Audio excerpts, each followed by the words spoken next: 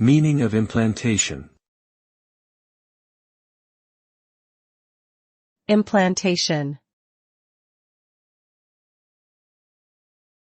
Implantation. Implantation.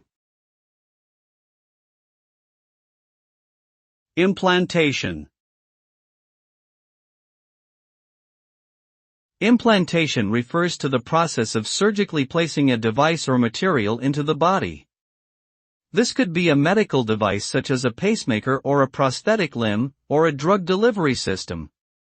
The goal of implantation is to improve the function of the affected area or to deliver targeted treatment.